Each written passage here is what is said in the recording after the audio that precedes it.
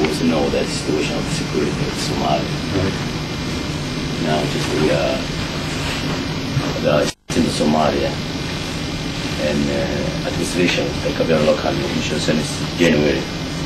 The nomination of the president, the people of Somalia, they was accepted our administration. Just we would like to inform you that how to support her from your side to Somalia government, as we need some assistance, like that is training, if you get it, training for the security section from the Mogadishu government. If someone is coming here to get some training for the how to be secure establishment in Somalia. And you can, I think so. We are now is just like a baby spawn. So we would like to someone to grow it, how to baby to be what, or something. Because straight we are the born the new government, we cannot able to do everything. No.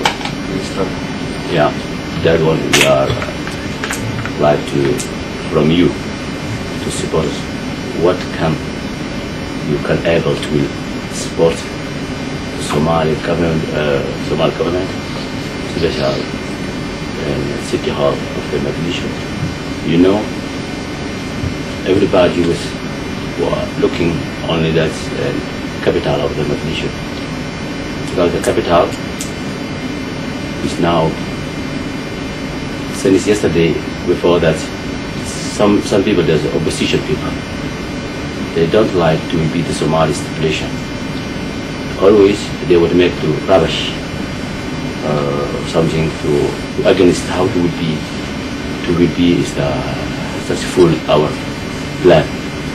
They always to make to travel, to make to abandon it, or to make it something for the how to destroy it, our installation of the government local in Mogadishu. Yes, I think so. The government plan of the Somali government will be make secure in the Mogadishu. That plan is that because we are make to training soldiers. It's about around, and with the African Union, both we are cooperated. How to be the security of Somalia. Just when we that is starting, our plan will be with this of 1 month.